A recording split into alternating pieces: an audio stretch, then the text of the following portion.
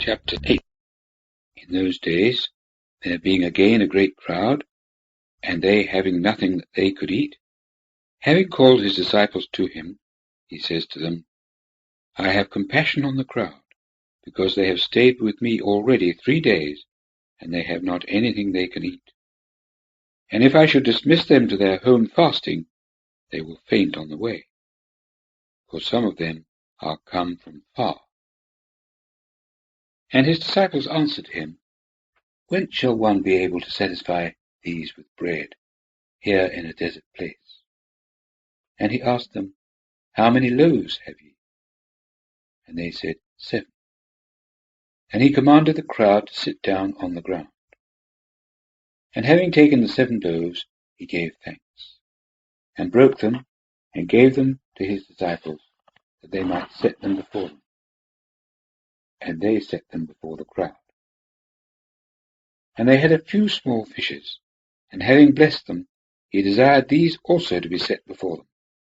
And they ate and were satisfied. And they took up of fragments that remained 7 baskets. And they that had eaten were about 4,000. And he sent them away. Verse 10. And immediately going on board ship with his disciples, he came into the parts of Dalmanutha. And the Pharisees went out and began to dispute against him, seeking from him a sign from heaven, tempting him. And groaning in his spirit, he says, Why does this generation seek a sign? Verily I say unto you, the sign shall in no wise be given to this generation. And he left them, and going again on board ship, went away to the other side. Verse 14. And they forgot to take bread, and, save 1 loaf, they had not any with them in the ship. And he charged them, saying, Take heed, beware of the leaven of the Pharisees, and of the leaven of Herod. And they reasoned with one another, saying, It is because we have no bread. And Jesus, knowing it, says to them, Why reason ye because ye have no bread? Do ye not yet perceive nor understand? Have ye your heart yet hardened? Having eyes, see ye not? And having ears, hear ye not? And do ye not remember? When I broke the 5 loaves for the 5,000, how many handbaskets full of fragments took ye up? They say to him, 12. And when the 7 for the 4,000, the filling of how many handbaskets of fragments took ye up? And they said, 7.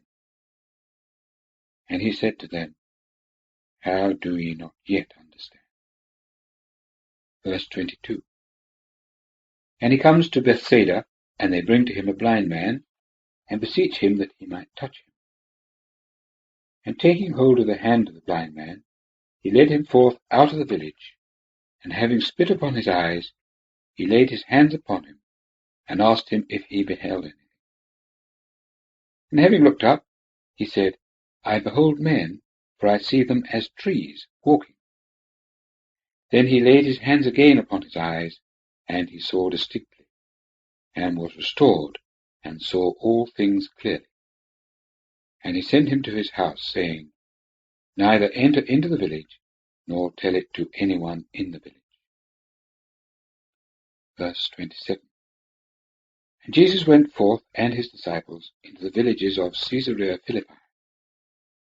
And by the way he asked his disciples, saying unto them, Who do men say that I am? And they answered him, saying, John the Baptist, and others, Elias, but others, one of the prophets.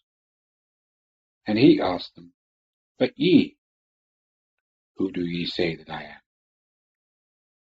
And Peter answering says to him, Thou art the Christ. And he charged him straitly, in order that they should tell no man about him. And he began to teach them that the Son of Man must suffer many things, and be rejected of the elders, and of the chief priests, and of the scribes, and be killed, and after 3 days rise again. And he spoke the thing openly. Peter, taking him to him, began to rebuke him. But he, turning round and seeing his disciples, rebuked Peter, saying, "Get away behind me, Satan, for thy mind is not on the things that are of God, but on the things that are of men." And having called the crowd with his disciples, he said to them, "Whoever desires to come after me, let him deny himself, and take up his cross and follow me.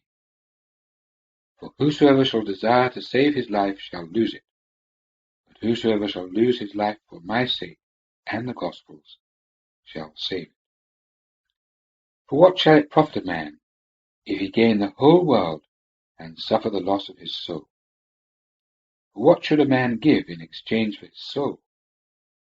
For whosoever shall be ashamed of me and of my words in this adulterous and sinful generation, of him shall the Son of Man also be ashamed, when he shall come in the glory of his Father with the holy angels."